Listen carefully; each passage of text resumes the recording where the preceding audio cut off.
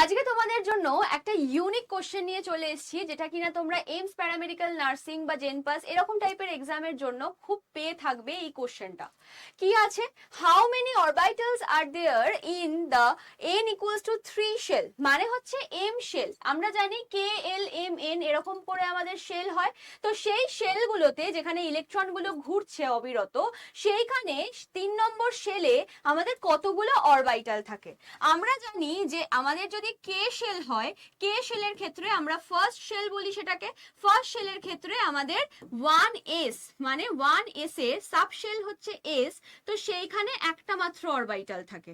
যদি আমি বলি এল শেল, সেখানে আমাদের থাকে হচ্ছে 2 নম্বর শেল, সেখানে দুটো সাব শেল থাকে 2s 2p।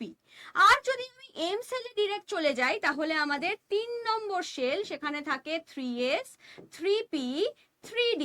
তো এবার 3s এ থাকে হচ্ছে একটা অরবিটাল, 3p তে থাকে হচ্ছে আমাদের তিনটে অরবিটাল, আর 3d তে থাকে হচ্ছে আমাদের টোটাল 5টা অরবিটাল।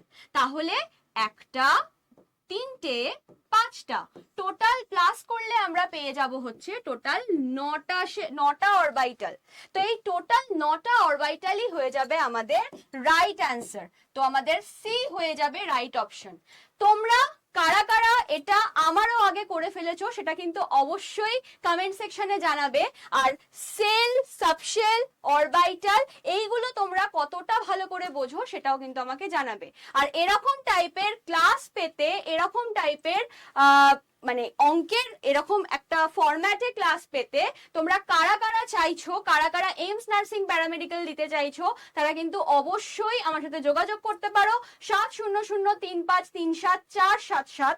আমি একবার বলেও দিচ্ছি, এই নাম্বারে তোমরা কিন্তু আমাকে হাই পাঠাতে পারো। তোমাদের কাছে এইমস প্যারামেডিক্যাল নার্সিং এর জন্য কি চলে যাবে, গ্রুপ চলে যাবে, সেই গ্রুপে কিন্তু তোমরা জয়েন করে যেতে পারো।